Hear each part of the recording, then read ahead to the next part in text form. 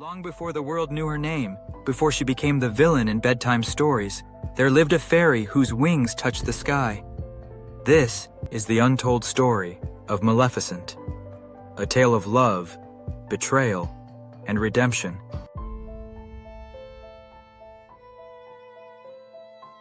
Long ago, two kingdoms existed side by side, so close that their borders touched, yet so different that peace between them seemed impossible. To the east stood the human kingdom, ruled by monarchs who clung to power with iron fists. Their castles rose like sharpened teeth, their armies marched day and night, and the land echoed with the clang of steel. Suspicion drove their every decision. To them, what they feared, they sought to conquer. But to the west lay a realm beyond their understanding, the Moors. A kingdom not built of stone or gold, but of forests, rivers, and soaring trees, where magic breathed through every leaf. There were no kings and no armies. The creatures of the Moors, sprites, tree guardians, moss giants, and winged fae, lived by trust and harmony. And among them rose a fairy whose presence commanded awe. Her name was Maleficent. She was graceful, powerful, and impossibly radiant. Her horns swept upward like an elegant crown, and her wings, vast, luminous, and strong, unfurled behind her like the sky itself had woven them. When she flew, winds shifted. When she smiled, the forests shimmered. She was the Moors' protector, not by title, but by heart. Maleficent grew quickly into her role. Her magic was extraordinary, capable of coaxing life from barren soil, calming wild creatures with a touch, or summoning a wave of emerald energy to shield the Moors. Every creature recognized her not as a ruler, but as a friend.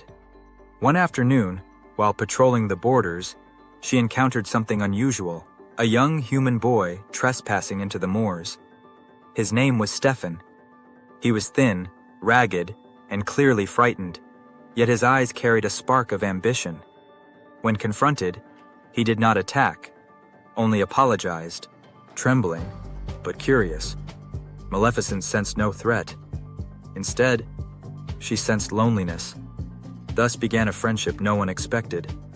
Over the years, Stefan returned again and again, bringing trinkets from the human world, sharing stories of castles and kings, and listening wide-eyed as Maleficent spoke of enchanted rivers and ancient trees.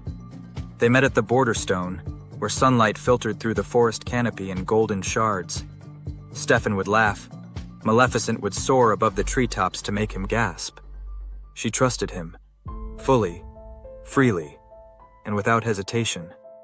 And in time, their bond deepened into something tender, something she believed would last forever.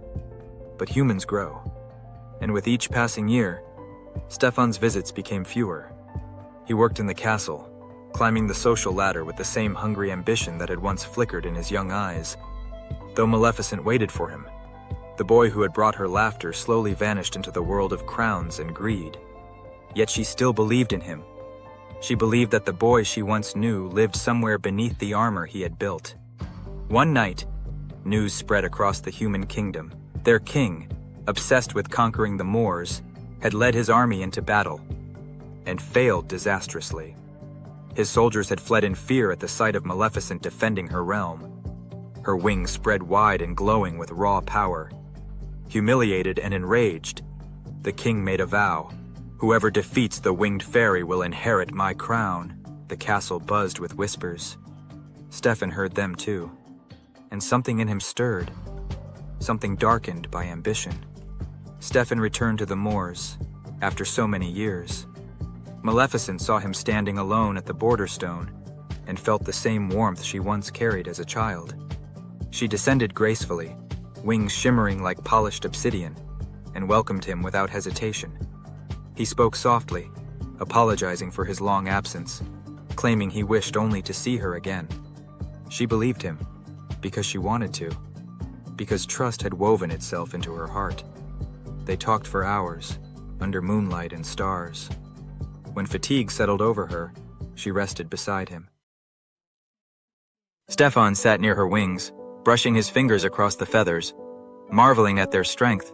their beauty, their power. She drifted into sleep. She never imagined danger could come from the person she trusted most. But Stefan, driven by the king's promise of power, pulled a blade from his coat. He raised it over her heart, yet even then, he could not kill her. The boy she knew lingered long enough to stop him. Instead, he devised a different cruelty. He coated his blade in iron, fatal to Faye, and severed her wings. Her screams tore through the night, but she did not wake. Maleficent awakened at dawn to a silence unlike any she had known before. At first she felt numb. Then she turned. Where her great wings once rose in elegant arches, there was nothing but torn scars.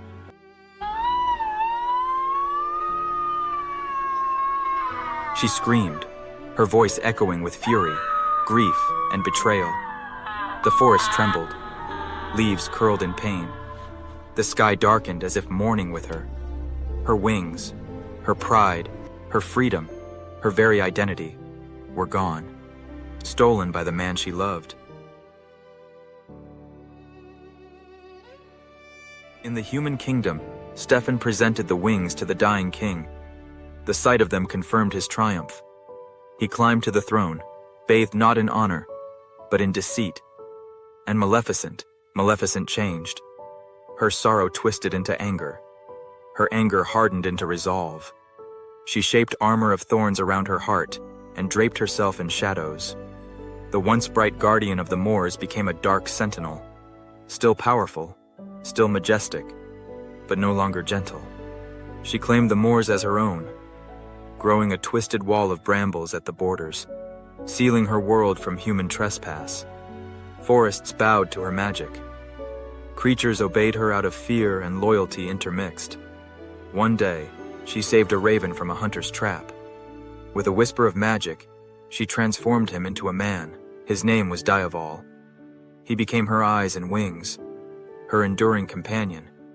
Through him, she could see beyond the borders she no longer dared to fly over herself. But despite her power, her heart remained wounded. Each night, she touched the scars on her back, remembering the weight of her wings, the freedom of the skies, and the warmth of trust betrayed. Years passed. Stefan married, ruling in constant paranoia, tormented by guilt and fear that Maleficent would one day reclaim what he stole. Then a daughter was born, Princess Aurora. At the royal christening, humans gathered in glittering halls, celebrating the future of their kingdom. The air smelled of roses and polished gold. And then the hall darkened. A gust of wind howled.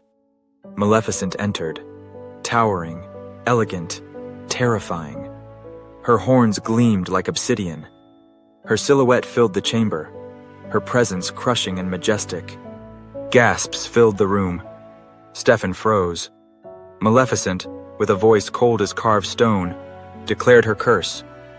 When the princess turns 16, she will fall into a death-like sleep from the prick of a spinning wheel's spindle. Only true love's kiss could break it.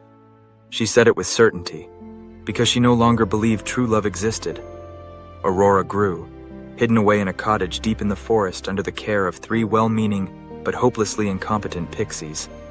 Maleficent watched from afar.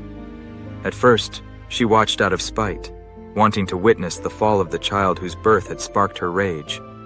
But as Aurora toddled through the woods, chasing butterflies, giggling at sprites, and smiling at the trees, something unexpected happened. Maleficent softened. The child approached her fearlessly, reaching out to touch her dark cloak. When Aurora stumbled, Maleficent caught her. When danger lurked, Maleficent shielded her. When Aurora laughed, the forest brightened. Just a little. In time, Maleficent became Aurora's unseen guardian. A strange bond formed, one that neither curse nor anger could destroy. You're my fairy godmother. As Aurora approached 16, the truth unraveled. She discovered Maleficent's identity, and the curse destined to claim her life. But instead of fear, Aurora felt sorrow. For she saw not a monster, but a wounded soul who had protected her more deeply than her own kind. She called Maleficent her fairy godmother.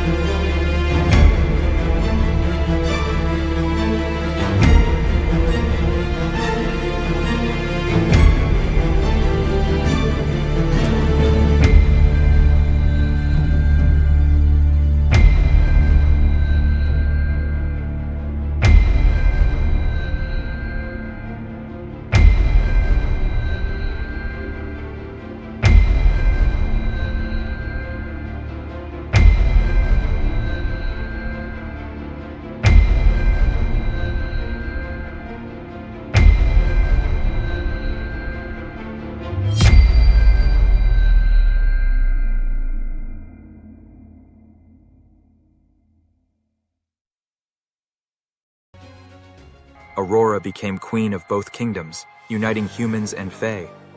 And Maleficent, no longer bound by vengeance, soared freely above the moors, her wings cutting through the sky like a symbol of forgiveness, strength, and hope.